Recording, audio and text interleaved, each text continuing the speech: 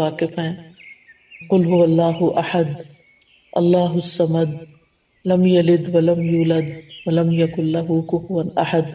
اور اس سورت کی فضیلت سے بھی واقف ہے، کوئی نئی بات نہیں ہے ہمارے لیے، ہم سب جانتے ہیں. تو اس کی اتنی بڑی فضیلت کس بنا پر ہے؟ اخلاص ہی کی بنا پر ہے نا. تو جس طرح اللہ سبحانہ و تعالیٰ ایک ہے، قل هو اللہ احد، سورت کی فضیلت سے بھی واقف ہے، یا جو عبادت اس کے لیے ہو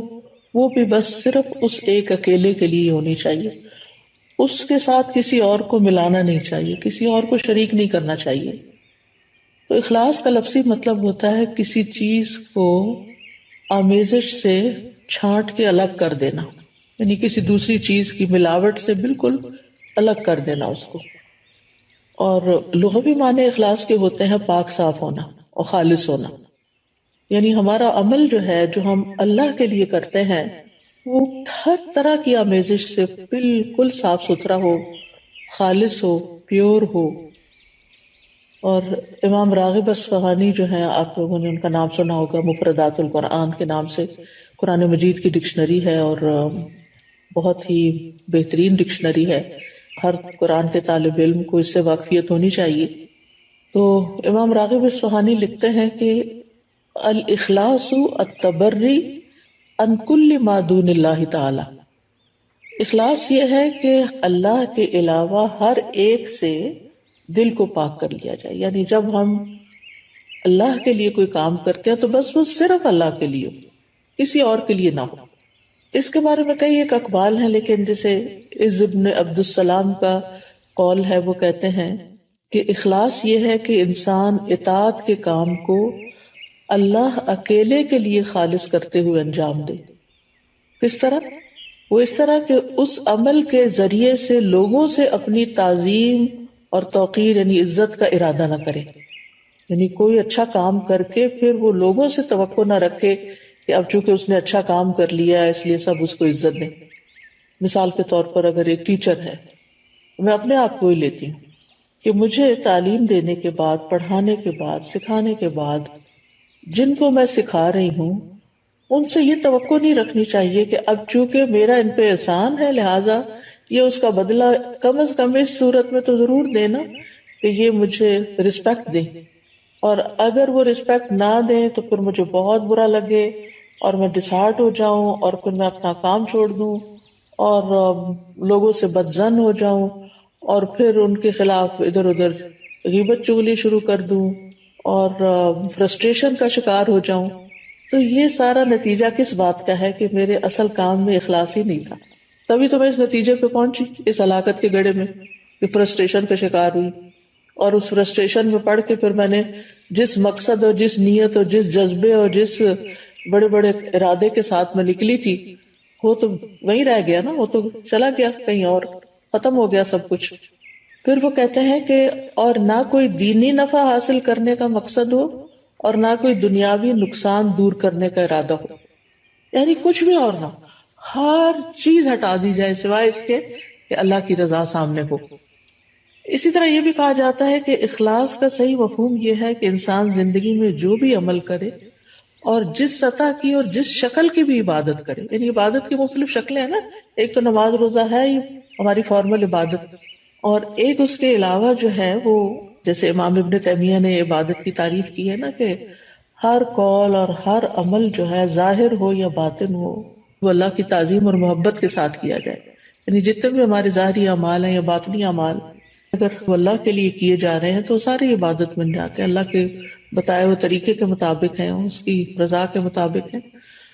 تو بہرحال جتنی بھی عبادت کی شکلیں ہیں تو انسان کا دل اس عبادت اور عمل میں صرف اور صرف اس بات پہ مطمئن ہو کہ میں یہ عبادت صرف اللہ تعالیٰ کی رضا کے لیے کر رہا ہوں.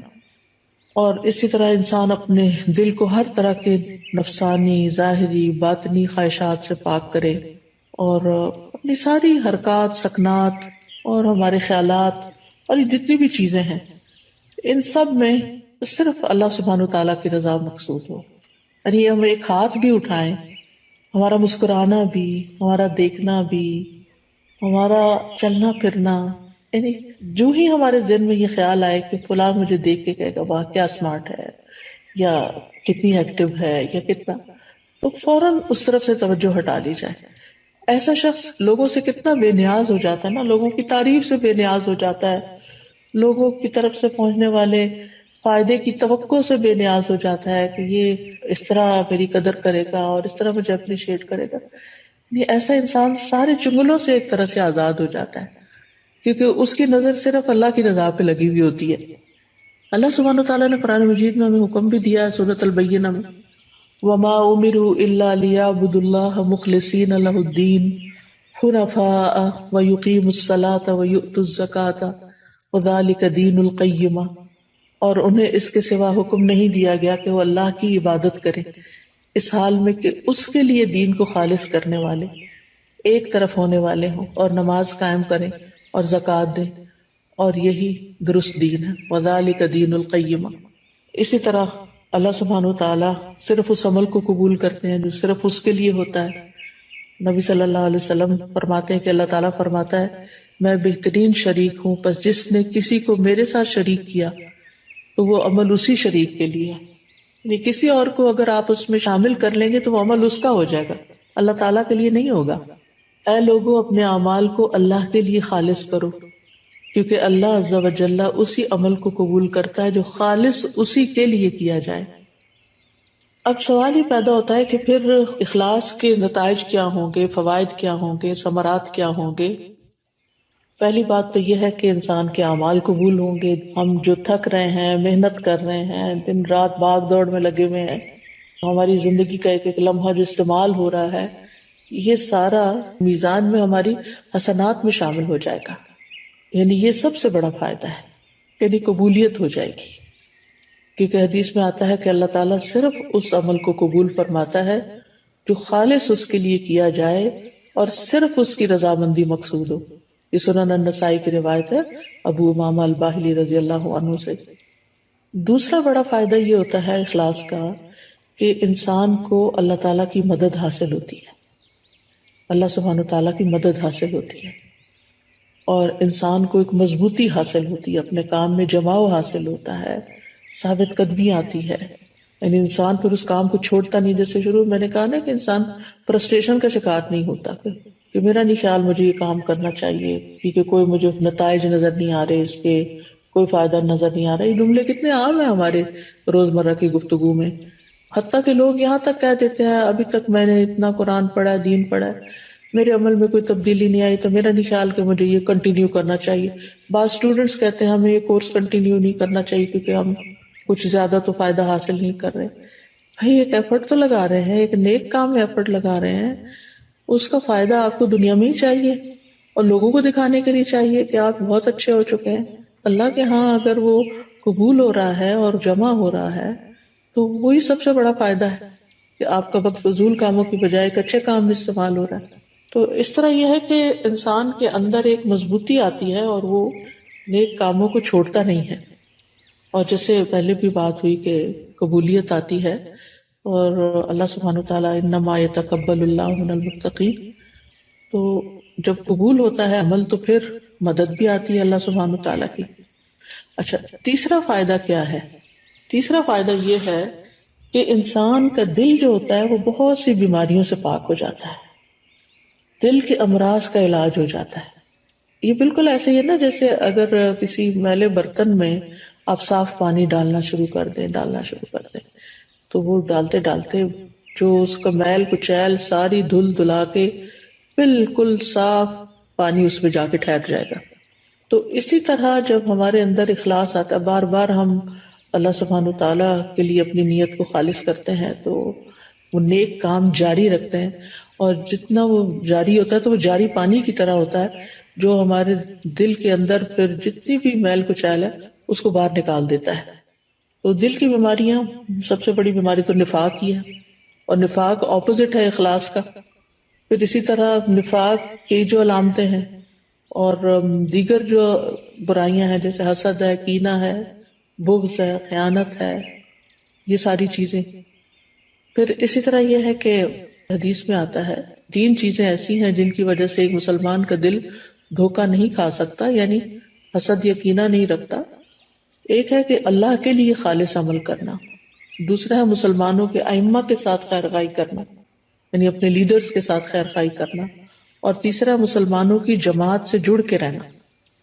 بے شک دعا مانگنا ان کی حفاظت کرتا ہے، یعنی مسلمانوں کی دعا جو ہوتی ہے وہ ایک دوسرے کے لیے فائدہ مند ہوتی ہے۔ وَلُزُومُ جَمَاعَتِهِمْ فَإِنَّ الدَّعْوَةَ تُحِيطُ مِنْ وَرَائِهِمْ۔ میں دیکھتی ہوں واٹس ایپ کے گروپ میں، جس گروپ میں میں ہوں، کہ کوئی ایک بیمار ہوتا ہے تو سارے کنسرنڈ ہو جاتے ہیں اور ہر ایک دعائیں کرنے لگتا ہے، اور حقیقت ہے کہ ایسے دل پکڑا جاتا ہے۔ جب میں واٹس ایپ کھولتی ہوں، میں سینئر سٹاف کا جو گروپ ہے اس کا وہ نمبر دیکھتی ہوں کہ کافی میسیجز ہیں، تو میں سوچتی ہوں اللہ خیر کرے، لگتا ہے یا کوئی بیمار ہے یا کوئی فوت ہو گیا ہے یا کوئی، تو یہ اسی صورت میں سب کی دعائیں ملتی ہیں نا جب جڑے ہوئے ہیں، اور اگر جڑے ہوئے ہی نہیں ہیں، آپ اکیلے ہی زندگی بسر کر رہے ہیں تو بس پھر اکیلے ہی ہیں بہرحال۔ پھر اسی طرح اخلاص کا چوتھا فائدہ یہ ہے کہ جو دنیاوی عمل بھی جو ہوتے ہیں نا، دنیاوی کام جیسے کھانا پینا ہے، بچے پیدا کرنا ہے، شوہر بیوی کا تعلق ہے، خرید و فروخت ہے، یہ سارے کام بھی اخلاص کی وجہ سے نیک اعمال میں شامل ہو جاتے ہیں۔ جیسے صحابہ نے نبی صلی اللہ علیہ وسلم سے پوچھا تھا کہ اللہ کے رسول، ہم میں سے اگر کوئی اپنی خواہش پوری کرتا ہے تو کیا اسے اس میں بھی اجر ملتا ہے؟ تو آپ نے فرمایا بتاؤ، اگر وہ خواہش حرام جگہ پوری کرتا ہے تو کیا اس پر گناہ ہوتا؟ تو اسی طرح جب وہ اسے حلال جگہ پوری کرتا ہے تو اس کے لیے اجر ہی اجر ہے۔ تو اس میں آپ دیکھیں کہ مثلاً آپ والدین کی خدمت کر رہے ہیں، اپنے روزمرہ کے کاموں میں آپ دیکھیں کہ کچھ کام تو آپ خالص دینی کام کر رہے ہوتے ہیں، لیکن بہت سے کام دن بھر میں دنیاوی کام بھی ہمارے روٹین میں شامل ہو جاتے ہیں، جیسے کھانا پکانا ہے، کھانا سرو کرنا ہے، برتن سمیٹنا ہے، بچوں کے پیچھے پڑ کے ان کو کھلانا ہے، بزرگ ہیں تو ان کے چڑچڑے پن کے باوجود ان کے ساتھ خیر خواہی کا معاملہ کرتے ہوئے ان کی ضروریات کا خیال رکھنا ہے، یہ سارے کام بندے کو تھکا دینے والے ہوتے ہیں،